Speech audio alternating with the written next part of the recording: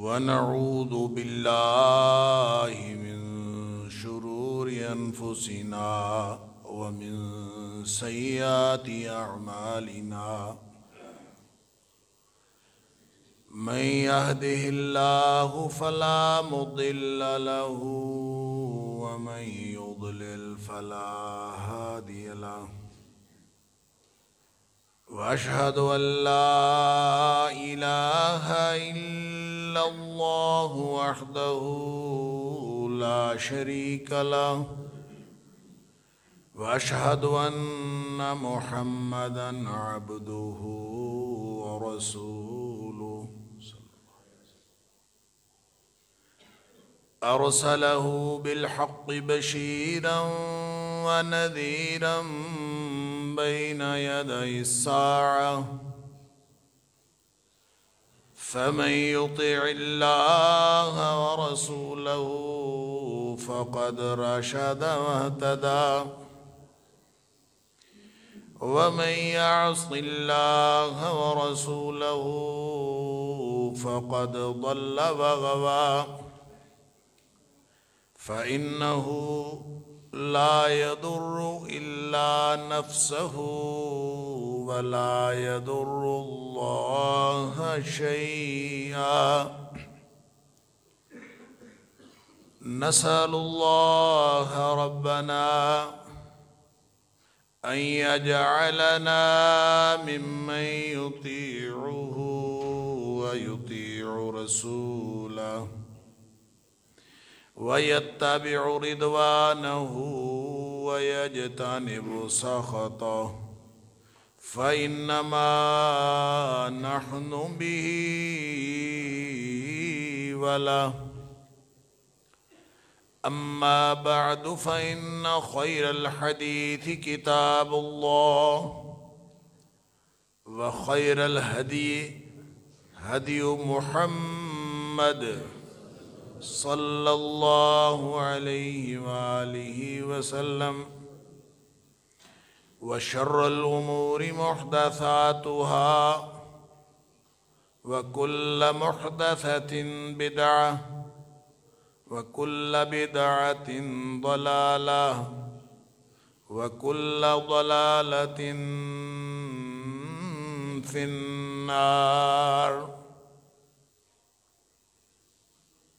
فأعوذ بالله السميع العليم من الشيطان الرجيم من همزه ونفخه ونفثه بسم الله الرحمن الرحيم يا أيها الذين آمنوا بالله ورسوله والكتاب الذي نزل على رسوله والكتاب الذي نزل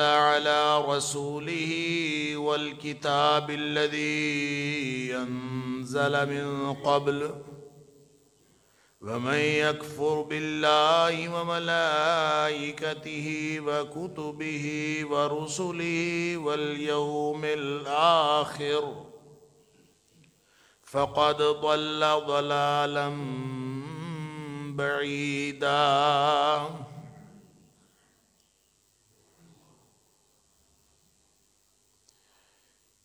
اے ایمان والو، اے ایمان کا دعویٰ کرنے والو، واقعتاً ایمان لاؤ اور ایماندار بن کے دکھاؤ۔ اللہ پر ایمان، اس کے رسول پر ایمان اور اس کتاب پر ایمان جو اس نے اپنے رسول صلی اللہ علیہ وسلم پر نازل کی، اور اس کتاب پر بھی ایمان جو اس سے پہلے نازل کی، اور جو کوئی بھی اللہ کے ساتھ کفر کرے اور اس کے فرشتوں کے ساتھ اور اس کی کتابوں کے ساتھ اور اس کے رسولوں کے ساتھ اور آخرت کے دن کے ساتھ، پس یقیناً وہ دور کی گمراہی میں جا گرا۔ صدق اللہ العظیم۔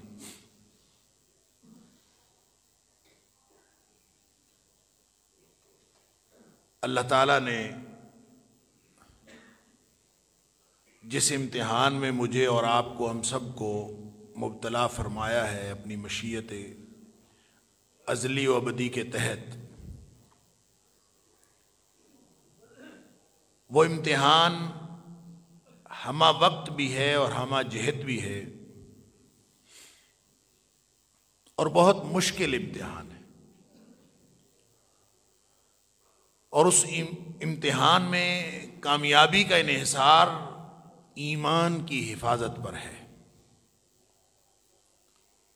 جس کا ایمان محفوظ رہا گویا اس کا دل محفوظ رہا، کیونکہ ایمان کا محل انسان کا دل ہے، انسان کا قلب ہے۔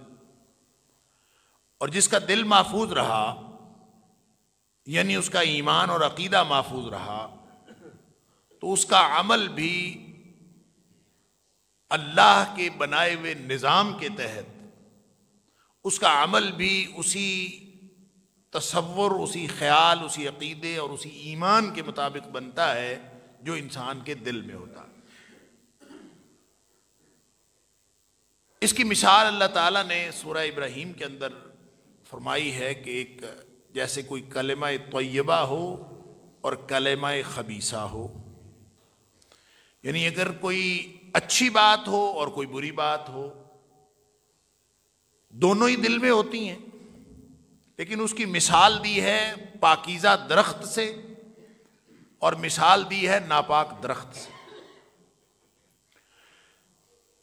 اور اگر عقیدہ صحیح ہے، ایمان مضبوط ہے، ایمان کامل ہے، تو اللہ تعالیٰ فرماتا ہے ضرب اللہ مثلا کلمۃ طیبۃ کشجرۃ طیبہ، اس پاکیزہ بات کی مثال پاکیزہ درخت کی سی ہے، اصلھا ثابت وفرعھا فی السماء، جس کی جڑ مضبوط ہے اور اس کی شاخیں آسمان تک پھیلی ہوئی ہیں، اور تؤتی اکلھا کل حین باذن ربھا، اور وہ ہر وقت اپنے رب کے حکم سے پھل دے رہا ہے۔ یعنی جس کی شاخیں مضبوط، جس کی جڑیں مضبوط ہوں اور شاخیں آسمان تک پھیلی ہوئی ہوں اور وہ ہر وقت پھل دے رہا ہو، تو گویا یہ وہ کلمہ طیبہ ہے، یہ وہ پاکیزہ بات ہے جو انسان کے دل میں گھر کر گئی ہے۔ گویا جس کا عقیدہ اچھا ہے وہ ہر وقت اس کو اس کا فائدہ دنیاوی اور اخروی اعتبار سے ہوتا رہے۔ اور اگر کوئی شخص اپنے عقیدے اور ایمان کے اعتبار سے مضبوط نہیں ہے، تو اس کے بارے میں جو مثال دی اللہ تعالیٰ نے فرمایا کشجرۃ الخبیثہ، ایسے جیسے کوئی ناپاک درخت ہو، اجتثت من فوق الارض، وہ ایسا جس کی کوئی جڑ نہیں ہے، کوئی زمین کے اندر اس کا کوئی مضبوطی نہیں ہے، تو وہ ایسے جیسے اوپر زمین کے پڑا ہوا ہے، ذرا سی ہوا آتی ہے تو اوپر سے اڑ جاتا ہے، اور جیسے اوپر سے ہی اکھاڑ لیا جائے، اس کی کوئی حیثیت نہیں ہوتی۔ تو یہی حیثیت اس شخص کے عقیدے کی ہوتی ہے جس کے دل کے اندر ایمان نہ ہو، کوئی حیثیت گویا اس کے اعمال کی نہیں ہوتی، جتنے بھی اعمال کر رہا ہوتا ہے، بھلے بظاہر نیک اعمال ہی کر رہا ہو، اللہ اکبر، لیکن اس کے دل کو، اس کے ایمان کو تقویت نہیں مل رہی ہوتی۔ جو ایمان بڑھانے کے اعمال ہیں اس سے اس کا ایمان بڑھ نہیں رہا ہوتا، بلکہ وہ اپنے کفر کے باوجود وہ نیک عمل کر رہا ہوتا ہے۔ ہاں، اس کی نیکیوں کا فائدہ اللہ تعالیٰ دنیا میں اس کو دے دیتا، جیسے ایک حدیث میں نبی اکرم صلی اللہ علیہ وسلم نے فرمایا کافر کو اس کی ساری نیکیوں کا اجر اللہ تعالیٰ دنیا میں دے دیتا، وہ نیکیاں کرتا ہے اجر اس کو بھی ملتا ہے، نیکی کا اجر ضائع نہیں ہوتا۔ بس فرق یہ ہے کہ مومن جس کے دل میں ایمان ہوتا ہے وہ اس کے دل میں آخرت کے دن پر بھی ایمان ہوتا ہے، وہ آخرت کے دن بھی اللہ سے اجر لینا چاہتا ہے، لہذا دنیاوی طور پر جتنے بھی وہ اعمال کر رہا ہوتا ہے، دنیا میں اس کو فائدہ ہو یا دنیا میں اس کو نقصان ہو، اخروی طور پر اس کا حساب کتاب اکٹھا ہوتا رہتا ہے، اس کے کھاتے میں جمع ہوتا رہتا ہے، کیونکہ اس کے مشن میں یہ بات شامل ہے، اس کے عقیدے میں یہ بات شامل ہے، اس کے ایمان میں یہ بات شامل ہے کہ میں نے آخرت میں اللہ سے اجر لینا ہے۔ اس کا تصور حیات اتنا جامع ہے، کہ وہ اس زندگی کو اصل زندگی نہیں سمجھتا، وہ اصل زندگی اخروی زندگی کو سمجھتا ہے، لہٰذا وہ اللہ سے جب بھی اجر مانگتا ہے وہ ربنا آتنا فی الدنیا حسنہ وفی الآخرۃ حسنۃ وقنا عذاب النار، وہ کبھی بھی آخرت کو خارج کر کے اللہ سے دعا نہیں کرتا اور امید نہیں رکھتا۔ کافر کو ویسے تو اللہ سے امید ہی نہیں ہوتی، لیکن وہ اپنی ہر نیکی کا فائدہ اس دنیا میں لینا چاہتا ہے، اللہ تعالیٰ اس کو عطا کر دیتا۔ اور جب وہ مرتا ہے تو نبی اکرم صلی اللہ علیہ وسلم جب اس کی موت آتی ہے تو اس کے پلے ایک بھی نیکی باقی نہیں ہوتی، ساری نیکیوں کا اجر اللہ تعالیٰ ان کو دنیا میں دے دیتا۔ مرتے وقت اس کے پاس ایک بھی نیکی نہیں ہوتی، لہذا جب آخرت میں اللہ کے سامنے جاتا ہے تو بالکل خالی ہاتھ، کوئی اس کے پاس نیکی نہیں۔ اللہ، لہذا قلب کی حفاظت، ایمان کی حفاظت، اللہ اکبر۔ اور اس حوالے سے گزشتہ جمعے کے آخر پہ میں ایک حدیث آپ کے سامنے رکھ رہا تھا، اسی حدیث کو تازہ کر لیجئے، اس کے دوسرے حصے کے اوپر بھی گفتگو باقی تھی کہ نبی اکرم صلی اللہ علیہ وآلہ وسلم نے جہاں کہیں تقابل فرمایا ہے تو ایمان اور کفر کا تقابل بھی ہے اور ایمان اور نفاق کا تقابل بھی ہے۔ اور یہ نہ سمجھیے کہ نفاق کوئی ایمان اور کفر کی درمیانی حالت ہے، میں بار بار یہ بات عرض کرتا ہوں کہ نفاق ایمان اور کفر کی درمیانی حالت ہرگز نہیں ہے، نفاق بھی کفر ہی ہے، نفاق بھی کفر ہی ہے۔ منافق کے دل میں رتی بھر ایمان نہیں ہوتا، وہ پکا کافر ہوتا ہے، بس فرق کافر اور منافق کے درمیان یہ ہے کہ کافر اپنے ایمان کو چھپاتا، اپنے کفر کو چھپاتا نہیں ہے، اور منافق اپنے کفر کو چھپاتا، صرف یہ فرق ہے۔ جب مومن اپنے ایمان کو ظاہر کرتا ہے اور کافر اپنے کفر کو ظاہر کرتا ہے تو یہ بالکل واضح حدود ہیں، ایک مومن ہے اور ایک کافر ہے۔ اور جس شخص کے دل میں کفر ہو اور اس کو چھپا لے اور اظہار کرے ایمان کا تو اسی کا نام نفاق ہے۔ اظہار الایمان باللسان، زبان سے ایمان کا اظہار کرنا، وَكِتْمَانُ الْكُفْرِ فِي الْقَلْبِ، یا بالقلب، دل میں جو کفر ہے اس کو چھپا کے رکھنا اور زبان سے ایمان کا اظہار کرنا، اسی کو منافق کہتے ہیں۔ ایمان کوئی نہیں ہوتا، رتی بھر ایمان نہیں ہوتا وہ بھی کافر ہے، چھپانے کی وجہ سے اس کو نفاق کہتے ہیں۔ اور یہ بات میں نے آپ کے سامنے عرض کی تھی کہ نفاق نفق سے ہے، نفق نون فا قاف، اس میں اس کا مطلب نفق اس غار کو کہتے ہیں، پہاڑ کے اس غار کو کہتے ہیں جس کا دھانا دونوں طرف سے کھلا ہوا ہو، یعنی جس غار کا دھانا ایک طرف سے بند ہو اس کو نفق نہیں کہتے۔ نفق اس کو کہتے ہیں جہاں دونوں طرف، دوسری طرف بھی نکل جاتا ہو، ادھر بھی نکل جاتا ہو۔ تو منافق کی یہی تو کیفیت ہوتی ہے۔ نبی اکرم صلی اللہ علیہ وسلم نے فرمایا یہ منافق کی مثال ایسے ہے کمثل الشاۃ العائرہ، جیسے کوئی جنگل میں چرنے والی بکری ہو، منافق کی مثال یہ ہے کمثل الشاۃ العائرہ، چرنے والی بکری کی مثال ہے۔ اللہ اکبر۔ تعیر بالغنمین، جو دو ریوڑوں میں بیک وقت چرتی ہے، کبھی وہ اس ریوڑ میں اس کو فائدہ ملتا ہے تو اس ریوڑ میں چلی جاتی ہے، کبھی اس کو دوسرے ریوڑ میں فائدہ ملتا ہے اس میں چلی جاتی ہے۔ منافق اصل میں ہوتا کافر ہے، بس وہ فائدہ لینے کے لیے کبھی وہ مومنوں کے ساتھ شامل ہو جاتا ہے، کبھی وہ کافروں کے ساتھ شامل ہو جاتا ہے، اس وجہ سے منافق۔ تو چرتی ہوئی، جنگل میں چرتی ہوئی بکری جو دو ریوڑوں کے درمیان چرتی ہے، کبھی ادھر چلی جاتی ہے، ادھر سے فائدہ نظر آتا ہے، کبھی ادھر سے فائدہ نظر، وہ منافق ہوتا ہے۔ اللہ، لہذا ہم نے اگر اپنے ایمان کی حفاظت کرنی ہے تو ہم نے اس کو کفر سے بچانا ہے، چاہے ہم اپنے کفر کو چھپائیں، چاہے ہم اپنے کفر کو ظاہر کریں۔ اب ظاہر ہے مختلف اوقات میں مختلف کیفیات ہوتی ہیں، ان کیفیات کو انسان انالائز کرتا رہے تو انسان کو خوف طاری ہو جاتا ہے، ڈرنے لگنے لگتا ہے کہ کہیں میں منافق تو نہیں ہو گیا۔ صحابہ کرام ڈرا کرتے تھے۔ اللہ اکبر۔ صحابی آ کے نبی اکرم صلی اللہ علیہ وسلم کہتے ہیں اللہ کے رسول صلی اللہ علیہ وسلم مجھے ڈر ہے کہ کہیں میں منافق تو نہیں ہو گیا۔ اللہ اکبر۔ امام حسن بصری رحمۃ اللہ علیہ کا غالباً قول ہے، وہ کہتے ہیں کہ نفاق سے ڈر مومن کو ہی لگتا ہے، کبھی منافق کو بھی ڈر لگا؟ منافق نہیں ڈرتا نفاق سے، نفاق سے ڈر لگتا ہے ما خافہ الا مومن، جس کو ڈر لگتا ہے نا نفاق سے وہ اصل میں مومن ہوتا۔ سبحان اللہ، یہ بھی ایمان کی ایک نشانی ہے، اس کو خوف ہو، اس کو ڈر لگے کہ کہیں میں منافق تو نہیں ہو گیا۔ اللہ اکبر۔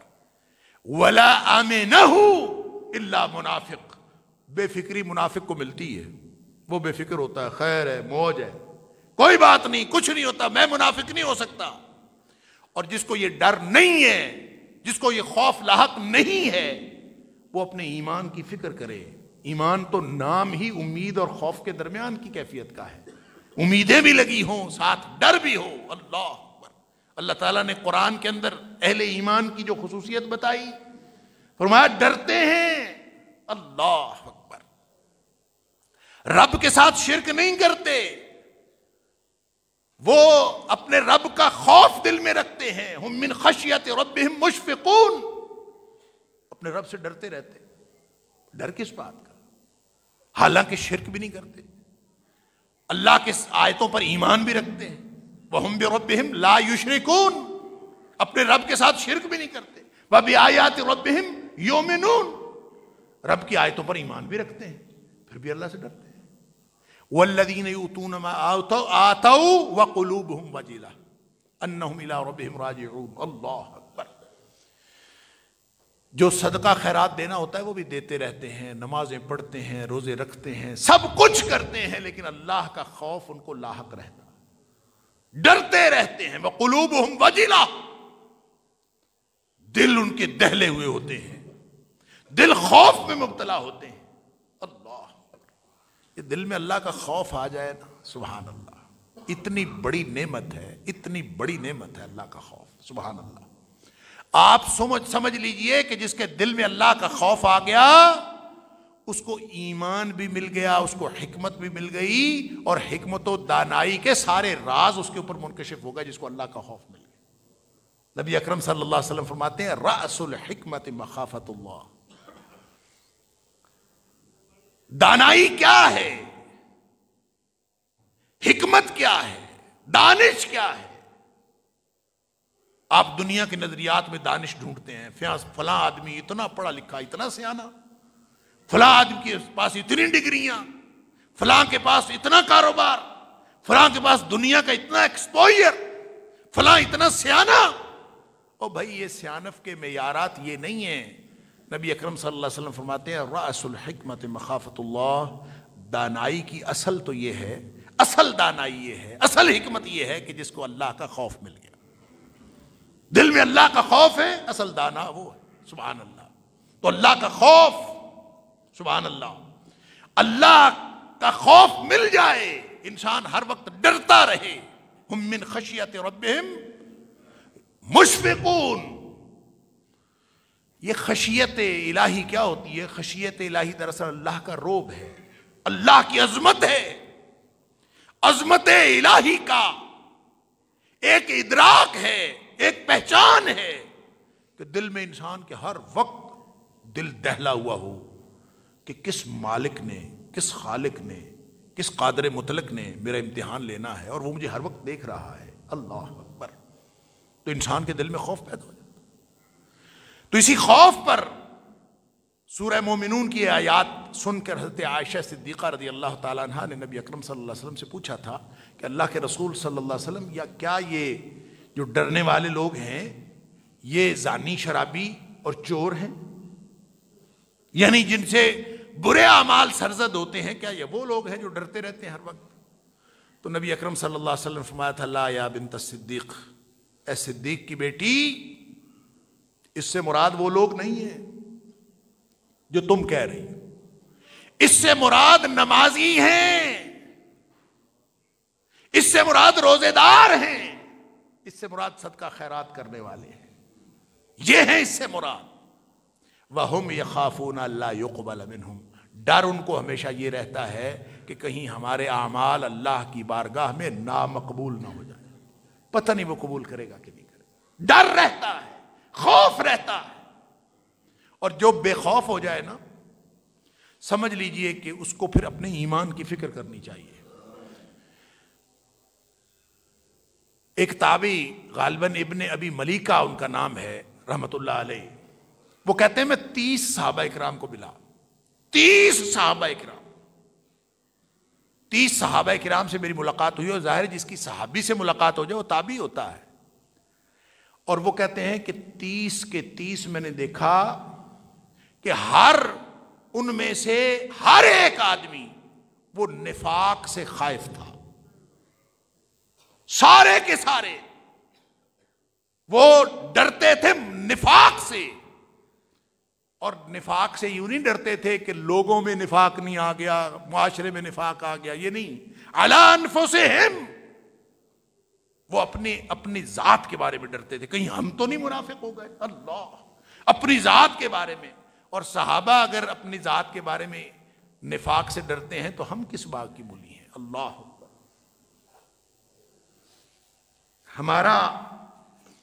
ہمارا ایمان اتنا پکا ہے، اللہ اکبر، کہ ہمیں کبھی ڈر نہیں لگا کہ کہیں ہم منافق نہ ہو جائیں. تو صحابی آ کے نبی اکرم صلی اللہ علیہ وسلم سے کہتا ہے، اللہ کے رسول صلی اللہ علیہ وسلم مجھے ڈر لگا ہے، مجھے ڈر ہے کہ کہیں میں منافق تو نہیں ہو گیا. نبی اکرم صلی اللہ علیہ وسلم نے پوچھا کیوں، یہ تمہیں کیوں شک پیدا ہوا؟ کہتا ہے اس لیے کہ جب ہم آپ کے پاس بیٹھے ہوتے ہیں، آپ کی محفل میں بیٹھے ہوتے ہیں، تو ہمارے ایمان کی کیفیت اور ہوتی ہے. اور جب ہم گھر میں اپنے بچوں کے پاس چلے جاتے ہیں تو ہماری ایمان کی کیفیت اور ہوتی ہے. اس سے مجھے ڈر لگا کہ کہیں میں منافق تو نہیں ہوں. اللہ اکبر. تو نبی اکرم صلی اللہ علیہ وآلہ وسلم نے فرمایا کہ نہیں، تم منافق نہیں ہوئے. اللہ کا شکر کرو کہ تمہیں یہ احساس موجود ہے. اور فرمایا کہ اگر تمہاری کیفیت وہ رہے نا جو تمہاری میرے پاس بیٹھے ہوئے ہوتی ہے، وہ تمہارے ایمان کی کیفیت رہے، تو تم تو دنیا کا کوئی کام کر ہی نہ سکو، تم تو ساری عمر روتے ہی رہو.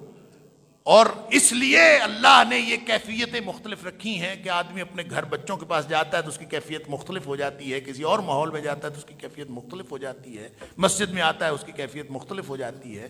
تو یہ کیفیتیں اللہ نے اس کا اتار چڑھاؤ رکھا ہے. لیکن انسان کو اگر خوف لاحق ہو کہ کہیں میں منافق تو نہیں ہو گیا، تو یہ دراصل ایمان کی نشانی ہے. جس کو خوف لاحق ہے یہ ایمان کی نشانی.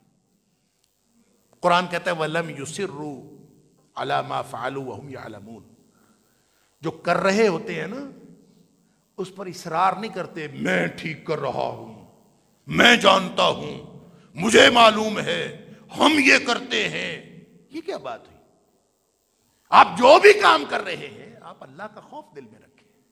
بھئی میں اللہ اور اس کے رسول صلی اللہ علیہ وسلم کی فرمانبرداری کرنے کی کوشش کرتا ہوں. بہت ساری غلطیاں کوتاہیاں ہو جاتی ہوں گی، اللہ میری غلطیاں کوتاہیاں معاف فرمائے، اور میں اپنی غلطیوں کوتاہیوں پر نگاہ رکھوں، اللہ سے رحمت کا امیدوار رہوں. یہی تو اللہ نے ہمیں حکم دیا ہے. اور رہ گئی یہ بات کہ یہ کہنا کہ ہم ایسے ہیں اور ہم ایسے ہیں، یہ پتہ نہیں کس کی سنت ہے. نبی اکرم صلی اللہ علیہ وآلہ وسلم نے تو ہمیں جو سنت عطا فرمائی ہے وہ یہ ہے کہ لا ادری ما یفعل بی ولا بکم. میرے صحابہ، مجھے نہیں پتا کہ میرے ساتھ کیا ہونے والا ہے اور تمہارے ساتھ کیا ہونے والا ہے. نبی کریم صلی اللہ علیہ وسلم نے ہمیں یہ سنت عطا فرمائی. تو جس کے دل میں خوف ہے، جو اپنے عمل پر اصرار نہیں کرتا، وہ اصرار کس بات پر کرتا ہے؟ اصرار اللہ اور اس کے رسول صلی اللہ علیہ وسلم کے احکام پر، اس پر اصرار کرتا ہے، نصوص پر اصرار کرتا ہے، اپنے عمل پر نہیں.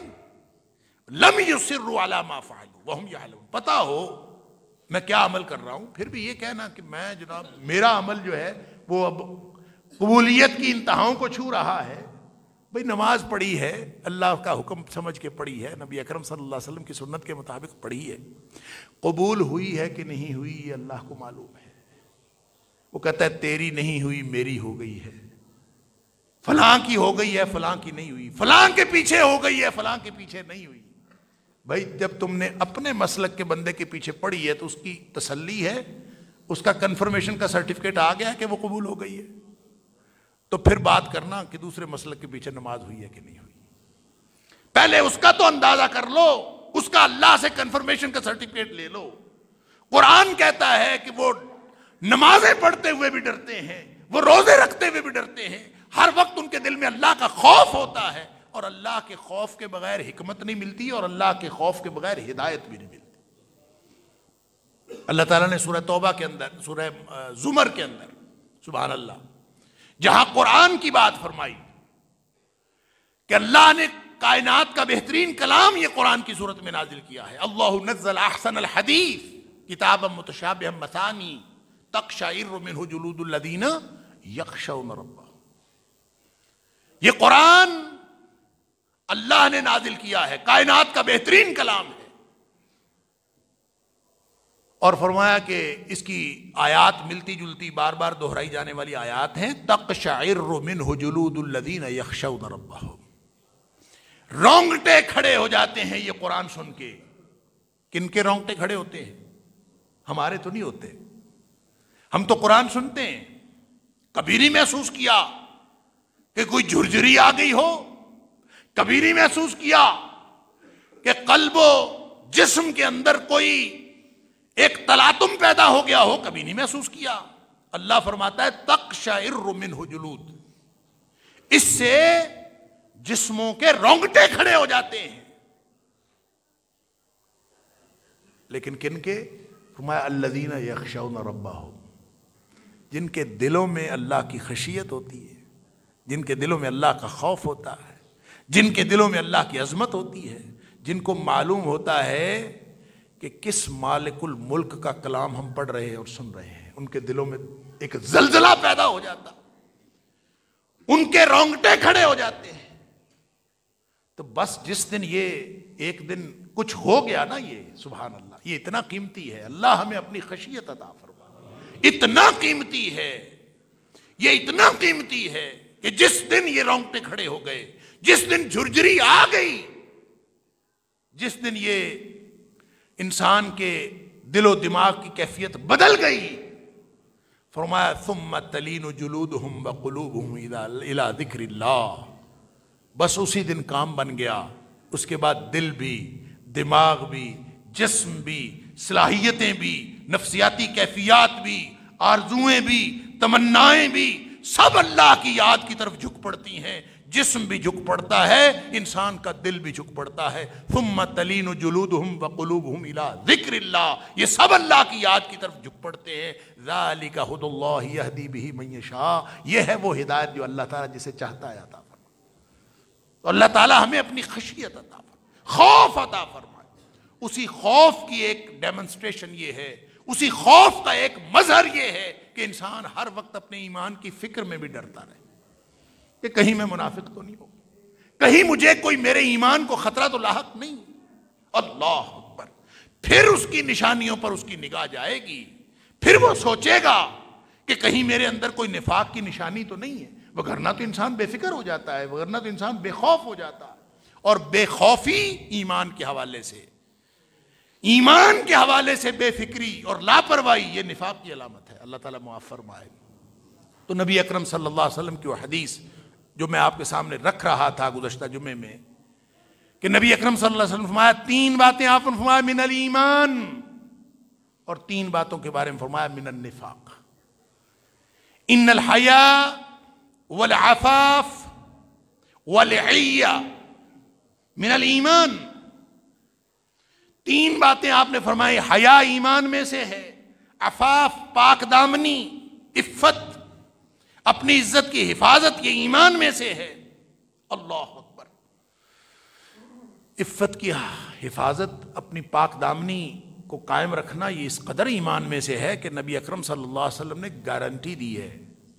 اور اس کے بعد دوسری اگلی بات فرمایا عیہ، ان الحیاء والعفاف والعیہ، اور عیہ کے بارے میں بڑی تفصیل سے گفتگو ہوئی تھی کہ نبی اکرم صلی اللہ علیہ وسلم نے خود اس کی وضاحت فرمائی کہ یہ جو عیہ ہے العیہ، یہ عیہ القلب نہیں ہے، یہ عیہ عن اللسان ہے، زبان کی حفاظت، زبان کو پاک دامنی کے ساتھ منسوب رکھنا، زبان سے اس کی حفاظت اس طرح سے کرنا کہ کوئی غلط بات زبان سے نہ نکلے، یہ مراد ہے عیہ سے۔ عیہ سے مراد دل کی اچھائی نہیں ہے کہ کوئی شخص کہے کہ ہم جیسے بھی ہیں دل تو ہمارا اچھا ہے۔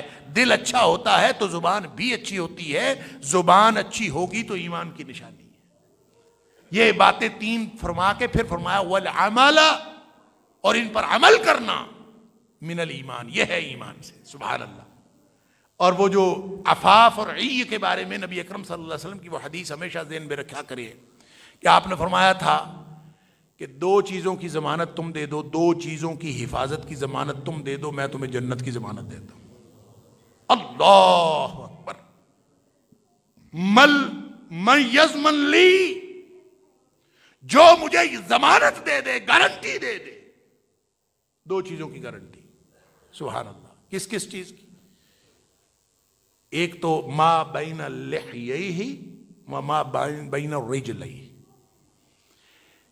جو چیز دو جبڑوں کے درمیان ہے اس کی حفاظت کی گارنٹی دے دے، اور جو چیز دو ٹانگوں کے درمیان ہے اس کی حفاظت کی گارنٹی دے دے۔ زبان اور عزت، شرمگاہ، اس کی حفاظت کی گارنٹی تم دے دو۔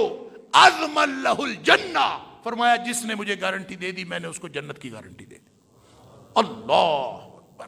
لہٰذا یہ اس قدر ایمان کا راستہ سیدھا راستہ ہے، اور اس کی نشانی کیا ہے؟ یہی نشانی ہے۔ اگر ہم بے حیائی میں مبتلا ہوئے ہوں، شرمگاہ کی حفاظت، عزت کی حفاظت نام کی کوئی چیز ہی باقی نہ ہو، زبان اس کے سامنے کوئی کنٹرول ہی نہ ہو، پھر بھی ہم کہیں ایمان ہے، تو پھر سوائے نفاق کے اور کوئی چیز نہیں ہے جو ہمارے تصورات کو بگاڑے ہوئے۔ اللہ تعالیٰ معاف فرمائے۔ پھر آپ نے فرمایا کہ یہ جو تینوں چیزیں ہیں یہ یزدن فی الآخرہ، یہ آخرت میں جو اللہ نے انسان کے لیے خیر رکھی ہے یہ اس میں اضافہ کرتی ہیں۔ وَيُنْقِصْنَ مِنَ الدُّنْيَا، اور دنیا میں جو انسان کو شر ملتے ہیں، جتنی برائیاں پہنچتی ہیں، یہ اس میں کمی کرتے ہیں۔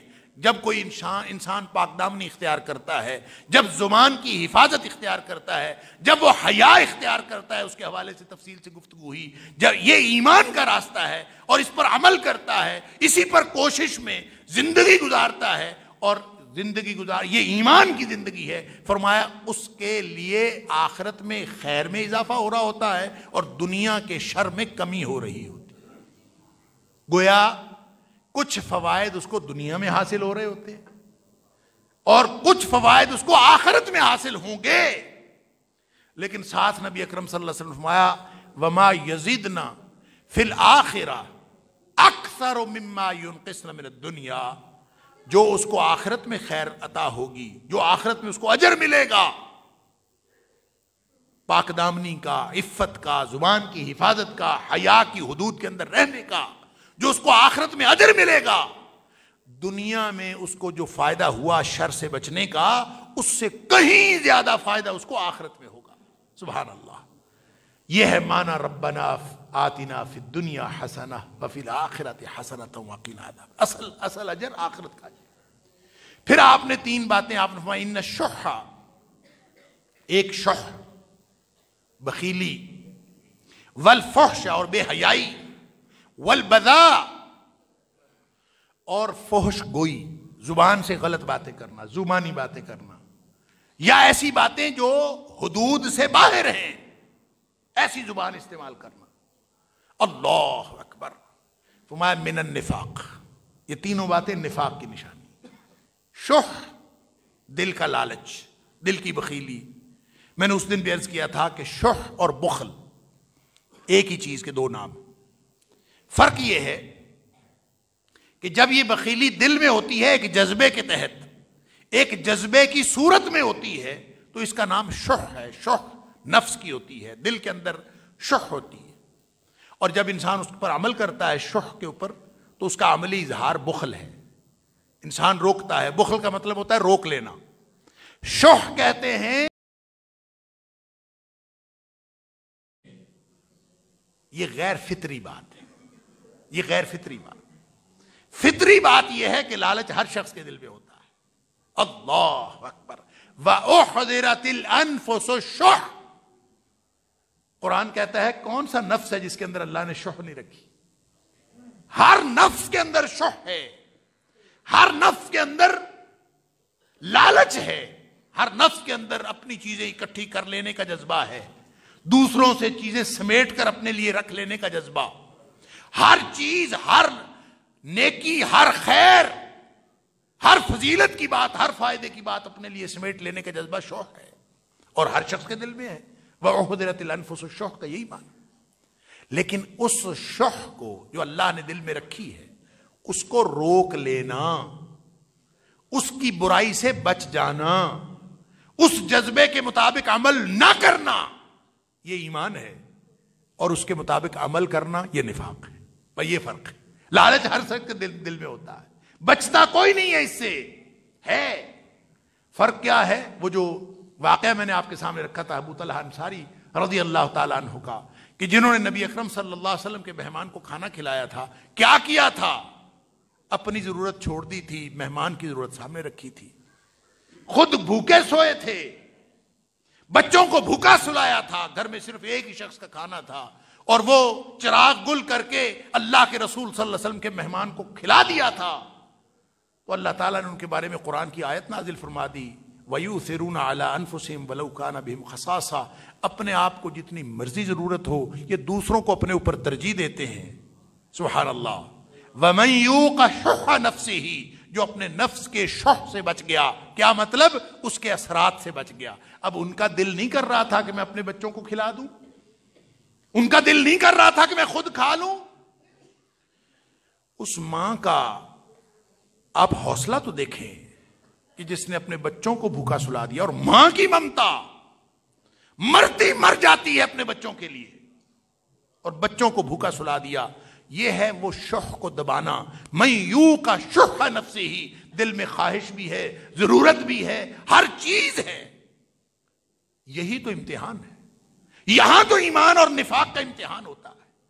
نبی اکرم صلی اللہ علیہ وسلم فرماتے ہیں مال خرچ کرنا اس وقت فائدہ دیتا ہے جب آپ کے دل میں لالچ ہو، پھر آپ کریں. وَأَنْتَ صَحِيحٌ شَحِيحٌ. آپ بالکل تندرست ہوں، آپ کی ضرورتیں بھی ہوں، آپ کو لالچ بھی ہو، آپ نے ابھی پیسے اکٹھے کرنے ہوں، آپ کے پاس کوئی مانگنے آ جاتا ہے، آپ کو تو میں خود مانگتا پھرتا ہوں، تم میرے پاس مانگنے آ گئے ہو، میری تو اپنی ضرورتیں پڑی ہوئی ہیں، تم میرے پاس آ گئے ہو. یہ ہے شح نفس. وَمَن یوق شح نفسہ. جو اس سے بچ گیا، اللہ اکبر، فَأُولَٰئِکَ هُمُ الْمُفْلِحُونَ. وہ ہے کامیاب. ایک حدیث کے اندر آتا ہے نبی اکرم صلی اللہ علیہ وسلم فرمایا ثلاث مہلکات. 3 باتیں ایسی ہیں جو انسان کو تباہ و برباد کر دیتی. اللہ اکبر. تباہ و برباد کر دیتی ہیں. ثلاث مہلکات.